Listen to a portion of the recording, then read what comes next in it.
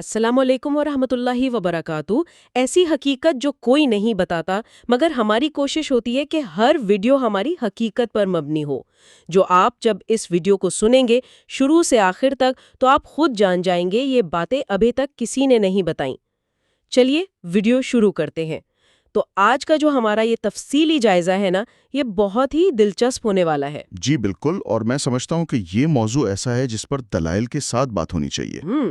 آج ہم ایک گہرا اور منطقی مطالعہ کرنے والے ہیں حضرت عیسیٰ علیہ السلام کی وفات اور آخری زمانے میں جو ظہور مہدی کی نشانیاں ہیں ان پر۔ صحیح۔ کیونکہ ہم عام طور پر ان موضوعات کو صرف جذباتی اینک سے دیکھتے ہیں، لیکن آج ہم عربی گرامر، تاریخ کے ٹھوس حقائق اور انسانی عقل کی کسوٹی پر ان تمام باتوں کو پرکھیں گے۔ اور دیکھیں، یہی وہ طریقہ ہے جس سے علم کی اصل روح تک پہنچا جا سکتا ہے۔ مطلب جب ہم کسی بھی بڑے تاریخی یا الہامی کلام کا مطالعہ کرتے ہیں نا، تو سب سے بنیادی شرط یہ ہوتی ہے کہ الفاظ کو ان کے اصل معنی میں سمجھا جائے، بالکل جو ان کا فطری مطلب ہے۔ جی، اگر ہم لغت اور تاریخ کے مسلمہ اصولوں کو چھوڑ کر صرف مفروضوں پر بات کریں گے تو حقیقت کبھی سامنے ہی نہیں آ سکے گی۔ اس لیے آج ہم حقائق کی تہوں میں جائیں گے۔ صحیح، تو چلیے بالکل ابتدا سے شروع کرتے ہیں۔ سب سے پہلا اور جو بنیادی سوال ہے وہ ان الفاظ کے گرد گھومتا ہے جو قرآن مجید میں حضرت عیسیٰ علیہ السلام کے حوالے سے استعمال ہوئے ہیں۔ خاص طور پر وہ جو سورۃ المائدہ میں ہیں۔ جی ہاں، سورۃ المائدہ کی آیت 118 یہ بہت زیادہ توجہ طلب ہے۔ اس میں بظاہر حضرت عیسیٰ علیہ السلام اپنے دو مختلف زمانوں کا ذکر کر رہے ہیں۔ بالکل۔ تو ذرا ہمارے سننے والوں کے لیے اس منظر نامے کو کھول کر بتائیں کہ وہاں دراصل کیا بات ہو رہی ہے۔ دیکھیں، یہ قرآن مجید کا ایک انتہائی جلال والا اور بصیرت افروز منظر ہے۔ یہ قیامت کے دن کا ذکر ہے، جہاں اللہ تعالیٰ حضرت عیسیٰ علیہ السلام سے براہ راست سوال کرے گا کہ کیا تم نے لوگوں سے کہا تھا کہ مجھے اور میری ماں کو خدا بنا لو؟ تو اس کے جواب میں وہ اپنی بریت کا اظہار کرتے ہیں اور فرماتے ہیں کہ اے اللہ، جب تک میں ان میں موجود تھا میں ان کا نگران تھا۔ یعنی وہ اپنی موجودگی کی بات کر رہے ہیں۔ جی، اور پھر وہ فرماتے ہیں کہ لیکن جب تو نے میری توفی کر لی تو پھر تو ہی ان کا نگہبان تھا۔ اب اس آیت میں جو بات سب سے زیادہ قابل غور ہے وہ یہ ہے کہ وہ عیسائیوں میں پیدا ہونے والے بگاڑ کی تمام تر ذمہ داری اس وقت پر ڈال رہے ہیں جو ان کی توفی کے بعد کا ہے۔ اچھا، وہ صراحت سے بتا رہے ہیں کہ ان کی موجودگی اور غیر حاضری کے دو بالکل الگ دور ہیں۔ ٹھیک ہے، یہ نقطہ تو بالکل منطقی ہے کہ ان کی موجودگی میں وہ بگاڑ نہیں آیا، لیکن یہاں وہ لفظ آ گیا ہے جس پر صدیوں سے بحث چل رہی ہے۔ یعنی لفظ توفی۔ جی، توفی۔ اب ایک عام ذہن میں یہ سوال ابھرتا ہے کہ اگر وہ زندہ آسمان پر اٹھا لیے گئے تھے تو وہ بھی تو ان کی غیر حاضری ہی تھی نا، تو ہمیں یہ کیسے معلوم ہوگا کہ اس لفظ کا اصل مطلب موت ہی ہے یا کچھ اور؟ یہ بہت اہم سوال ہے، اور یہیں پر علم اللغت اور زبان کے اصول ہماری رہنمائی کرتے ہیں۔ اگر ہم عربی زبان کی مستند ترین اور بڑی لغات اٹھا کر دیکھیں نا، جیسے تاج العروس ہے، قاموس ہے یا لسان العرب، جی، تو ان میں ایک بہت ہی دو ٹوک اور واضح اصول سامنے آتا ہے۔ دیکھیں، قرآن کریم میں مختلف مقامات پر 23 مرتبہ لفظ توفی یا اس کا مشتق استعمال ہوا ہے۔ 23 مرتبہ؟ جی، 23 مرتبہ۔ اور عربی گرامر کا ایک اٹل اصول ہے کہ جب اس فعل کا فاعل یعنی کام کرنے والا اللہ ہو اور مفعول یعنی جس پر فعل ہو رہا ہے وہ کوئی انسان یا ذی روح ہو، صحیح، تو پوری عربی لغت میں اس کا مطلب سوائے قبض روح یعنی موت کے اور کچھ نہیں ہوتا۔ لیکن رکیے، میں یہاں تھوڑا سا چیلنج کرنا چاہوں گی اس بات کو۔ جی بتائیں۔ کیا اس اصول کی واقعی کوئی استثناء نہیں ہے؟ کیونکہ ہم سنتے آئے ہیں کہ نیند کے وقت بھی تو انسان کی روح قبض ہوتی ہے، تو کیا وہاں بھی یہی لفظ استعمال ہوتا ہے؟ ارے واہ، آخر بہت عمدہ سوال اٹھایا۔ ہاں، قرآنی اسلوب میں ایک استثناء ضرور ہے، اور وہ ہے نیند، لیکن اس کا بھی ایک سخت اصول ہے۔ وہ کیا؟ جہاں بھی اس لفظ کا مطلب نیند لیا جانا ہونا، وہاں کلام میں رات کا یا نیند کا کوئی نہ کوئی واضح قرینہ اور اشارہ موجود ہونا لازمی ہے۔ اچھا، یعنی کوئی ثبوت ہونا چاہیے کلام کے اندر۔ بالکل، جب تک ایسا کوئی واضح اشارہ نہ ہو، لغت اور گرامر کی روح سے اس کا واحد مطلب انسان کو ہمیشہ کے لیے موت دینا ہی ہے، جسم کے ساتھ مادی طور پر آسمان کی طرف قبض کیے جانے کا کوئی تصور عربی زبان کی پوری تاریخ میں موجود ہی نہیں ہے۔ مجھے اس بات پر ایک بہت دلچسپ روزمرہ کی مثال یاد آ رہی ہے۔ جی بتائیے۔ فرض کریں ہم کسی ملک کا آئین پڑھ رہے ہیں یا کوئی بہت اہم قانونی دستاویز ہمارے سامنے ہے۔ اب اس پوری کتاب میں ایک خاص اصطلاح 23 مرتبہ استعمال ہوئی ہے اور ہر بار اس کا مطلب موت ہی لیا گیا ہے۔ اس پر سب کا اتفاق بھی ہے۔ بالکل ایسا ہی ہے۔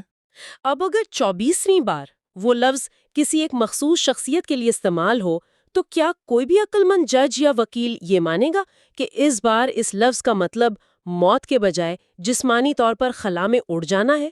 ظاہر ہے کوئی نہیں مانے گا۔ ہاں، کیونکہ قانون اور زبان کا ایک تسلسل ہوتا ہے۔ اگر ہم ایک شخص کے لیے پوری زبان کے اصول بدل دینا تو پھر تو کلام کا کوئی اعتبار ہی نہیں رہے گا۔ بالکل، آپ کا یہ تجزیہ 100% درست ہے۔ اگر ہم کلام الہی میں اس طرح من مانی تعویلیں کرنے لگیں تو زبان کا سارا نظام دھڑام سے گر جائے گا۔ صحیح بات ہے۔ اور دلچسپ بات یہ ہے کہ یہ صرف لغت کا مسئلہ نہیں ہے۔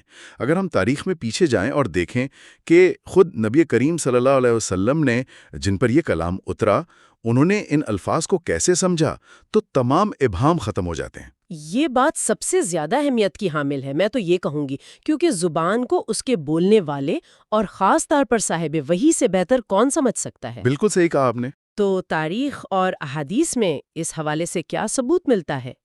دیکھیں، صحیح بخاری کی ایک انتہائی مستند حدیث ہے جو روز قیامت کا منظر بیان کرتی ہے۔ نبی کریم صلی اللہ علیہ وسلم فرماتے ہیں کہ قیامت کے دن میری امت کے کچھ لوگوں کو فرشتے دوزخ کی طرف لے کر جانے لگیں گے۔ میں انہیں دیکھ کر کہوں گا کہ اے اللہ، یہ تو میرے ساتھی ہیں۔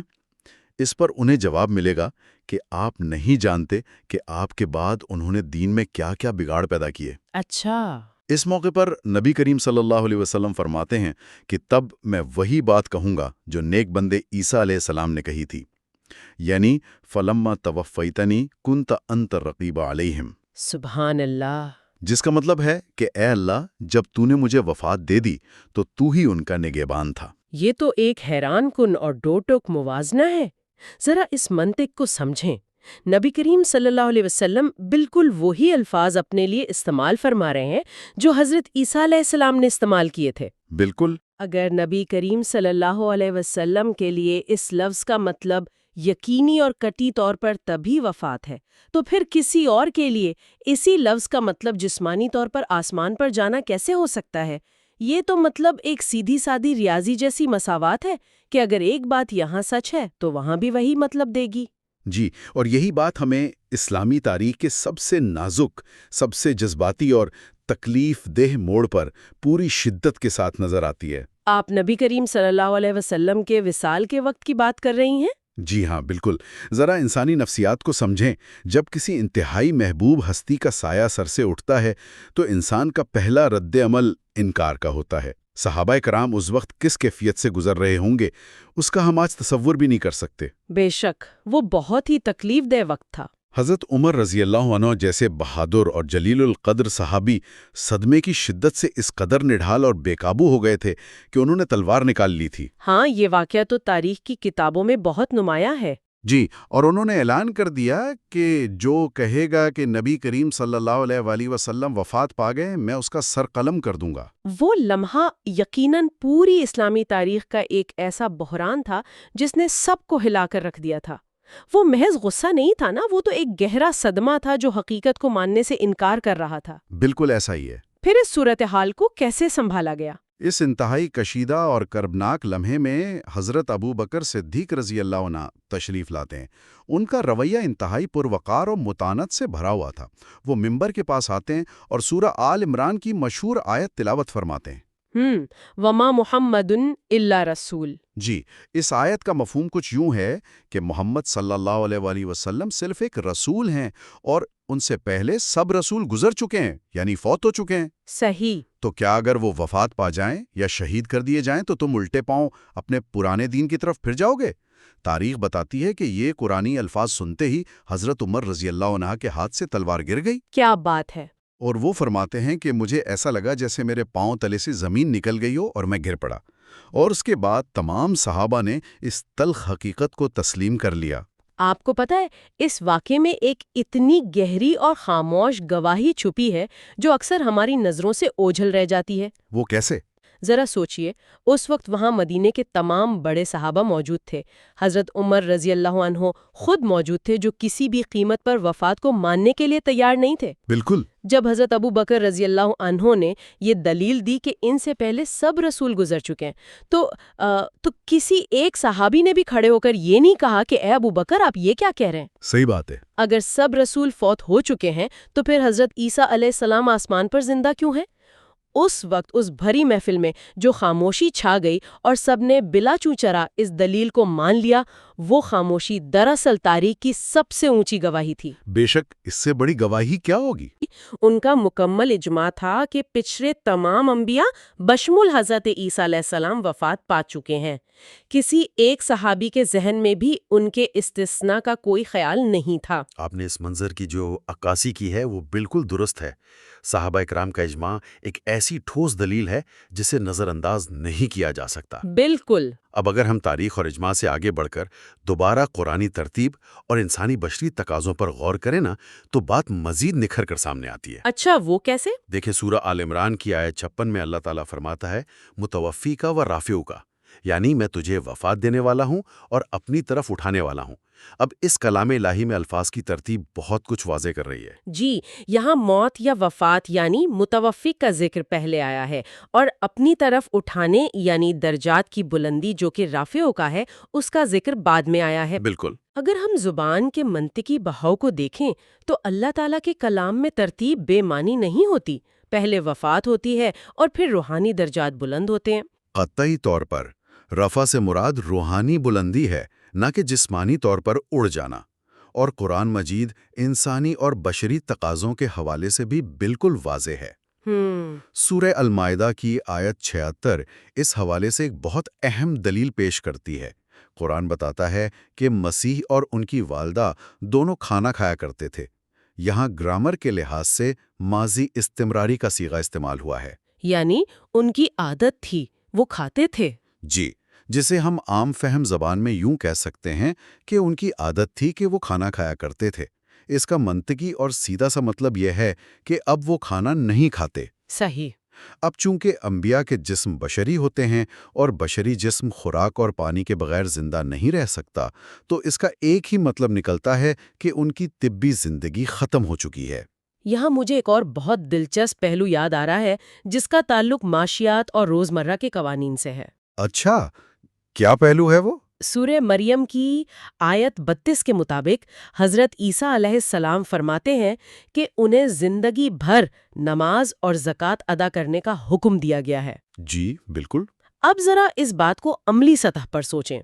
اگر کسی حکومت کا یہ قانون ہو کہ جب تک آپ زندہ ہیں آپ نے ٹیکس یا زکوٰۃ دینی ہے، تو اس نظام کے چلنے کے لیے کچھ شرطیں ہوتی ہیں نا؟ ہاں، ظاہر ہے۔ زکوٰۃ دینے کے لیے آپ کے پاس مال ہونا چاہیے، ایک نصاب ہونا چاہیے، اور سب سے بڑھ کر یہ کہ وہ مال لینے والے غریب اور مستحقین ہونے چاہیے، یعنی ایک پورا معاشرتی اور معاشی نظام ہونا چاہیے۔ صحیح بات ہے۔ اب اگر فرض کریں کہ وہ جسمانی طور پر آسمان پر زندہ ہیں تو وہاں اس بشری اور معاشی نظام کا کیا تصور ہو سکتا ہے؟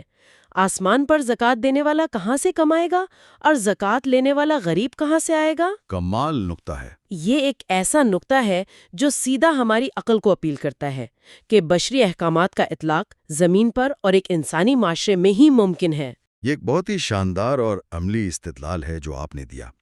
جب ہم ان تمام باتوں کو آپس میں جوڑتے ہیں، مطلب لغت، صحابہ کا اجماع اور قرآنی اصول، تو ایک واضح تصویر بنتی ہے کہ پچھلے انبیاء اپنے اپنے وقت پر وفات پا چکے ہیں۔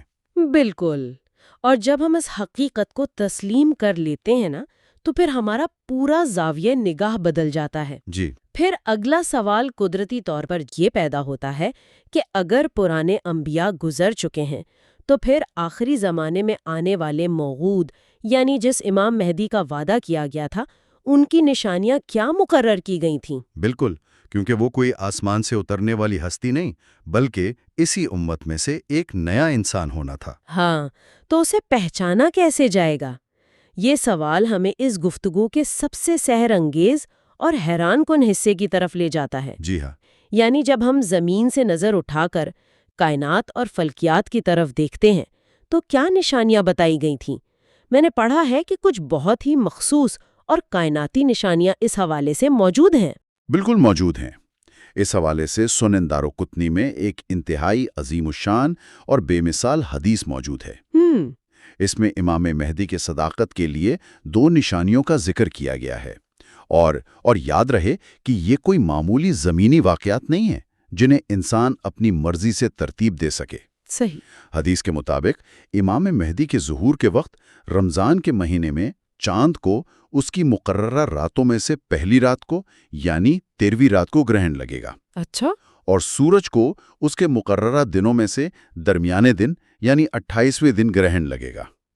اس حدیث کی سب سے بڑی بات یہ ہے کہ اس میں واضح طور پر کہا گیا ہے کہ جب سے زمین و آسمان بنے ہیں یہ نشانی کسی اور معمور کے لیے ظاہر نہیں ہوئی۔ سبحان اللہ۔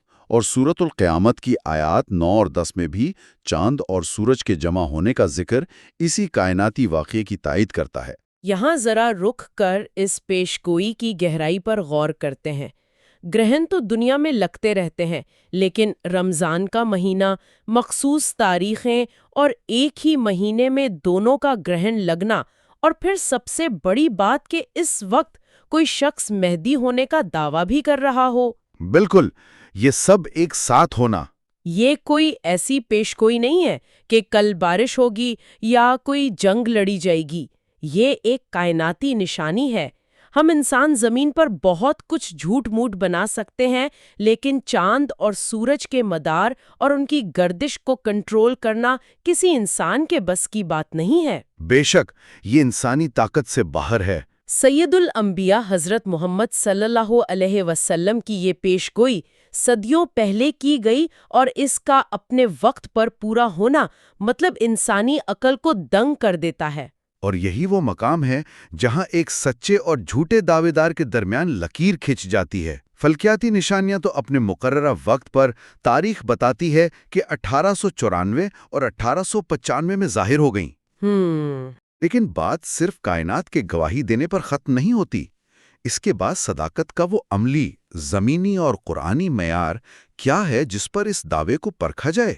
کیونکہ زمین پر اس پیغام کا پھلنا پھولنا بھی تو ضروری ہے نا؟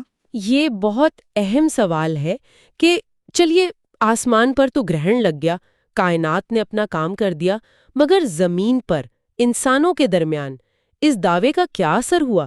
کیا وہ پیغام لوگوں کے دلوں تک پہنچا؟ جی، اور اس سوال کا جواب ہمیں سورہ انعام کی آیت 21 میں ملتا ہے، جو ایک بہت سخت اور واضح پیمانہ مقرر کرتی ہے۔ قرآن کہتا ہے کہ اس سے بڑھ کر ظالم کون ہوگا جو اللہ پر جھوٹ باندھے، اور یہ کہ ظالم کبھی کامیاب نہیں ہوتے۔ صحیح۔ اس قرآنی معیار کی روشنی میں فراہم کردہ تاریخی مواد حضرت مرزا غلام احمد قادیانی علیہ السلام کی صداقت کے عملی دلائل پیش کرتا ہے۔ دلیل یہ دی گئی ہے کہ اگر ان کا دعویٰ خدا نخواستہ انسانی بناوٹ ہوتا تو اللہ تعالیٰ کا وہ قانون جو جھوٹوں کو تباہ کر دیتا وہ حرکت میں آتا۔ بالکل۔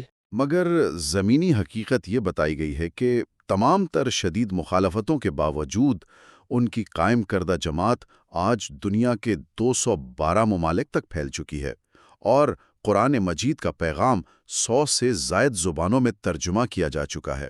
اور میرے خیال میں اسی سیاق و سباق میں اس خاص الہام کا ذکر بھی آتا ہے جو اس ساری ترقی کی بنیاد بنا۔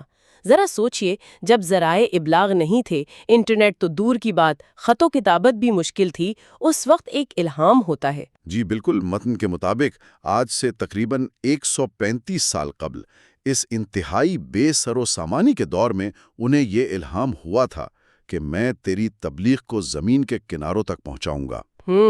اس وقت بظاہر یہ ناممکن نظر آتا تھا، لیکن آج اس پیغام کا دنیا کے 212 ممالک میں اتنے بڑے پیمانے پر پھیلنا اس الہام کی شاندار اور حیرت انگیز تکمیل کے طور پر پیش کیا گیا ہے۔ اس ساری گفتگو کو اگر ہم سمیٹیں نا تو ہم نے آج عربی لغت کے اصولوں سے بات شروع کی، پھر صحابہ کی نفسیات اور اجماع کو دیکھا، زکوٰۃ کے معاشی نظام کو پرکھا، آسمانی اور کائناتی گرہن کے حیرت انگیز نظام کا جائزہ لیا، اور آخر میں پیغام کے پھیلاؤ کے زمینی حقائق کو دیکھا۔ بالکل۔ واقعی کامیابی کا یہ قرآنی پیمانہ بہت سخت ہے، اگر ہم خالصتاً منطق اور عقل کی بات کریں تو کوئی بھی بات اگر سچی نہ ہو اور اس کے ساتھ اللہ تعالیٰ کی تائید شامل نہ ہو تو اس کا ایک چھوٹی سی جگہ سے اٹھ کر زمین کے کناروں تک پہنچنا اور 100 سے زائد زبانوں میں اس کا کام پھیلنا بظاہر ناممکن ہے۔ صحیح بات ہے۔ جھوٹ کی عمر کبھی اتنی لمبی اور اتنی کامیاب نہیں ہو سکتی کہ وہ صدیوں پر محیط ہو جائے اور دنیا کے کونے کونے تک پہنچ جائے۔ اور یہی وہ نقطہ ہے جہاں ایک انسان کو ٹھہر کر علم اور تفکر سے کام لینے کی ضرورت پڑتی ہے۔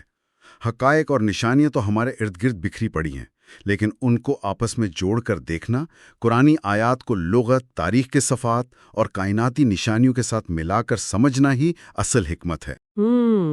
بالکل درست کہا آپ نے۔ ہمیں یہ سوچنا چاہیے کہ کیا ہم صرف روایات کے پیچھے چل رہے ہیں یا عقل کی کسوٹی پر چیزوں کو پرکھنے کی ہمت رکھتے ہیں؟ اور یہی آج کی ہماری اس تفصیلی گفتگو کا اصل حاصل ہے۔ تاریخ ہمیں بتاتی ہے کہ جب بھی کوئی نیا پیغام یا کوئی ایسی سچائی سامنے آتی ہے جو صدیوں سے چلے آ رہے رسم و رواج سے مختلف ہو تو انسان کا پہلا رد عمل بالکل حضرت عمر رضی اللہ تعالی عنہ کی طرح اکثر انکار کا ہی ہوتا ہے۔ جی، یہ فطری انسانی نفسیات ہے۔ لیکن آج کے اس جائزے کے بعد سوچنے کی بات یہ ہے کہ کیا ہم دلائل کو لغت، مستند تاریخ اور واضح قرآنی اصولوں کی کسوٹی پر پرکھتے ہیں یا صرف سنی سنائی باتوں پر آنکھیں بند کر کے یقین رکھتے ہیں؟ سچائی کی تلاش میں انسان کو ہمیشہ جذبات کی بجائے غور و فکر کا راستہ اپنانا چاہیے۔ اور آخر میں ویڈیو پسند آئے تو کامنٹ میں اپنا فیڈ بیک ضرور دیں، چینل کو سبسکرائب اور ویڈیو کو شیئر ضرور کریں تاکہ اگلی ویڈیو کا نوٹیفیکیشن بر وقت مل سکے۔ YouTube channel message of Islam.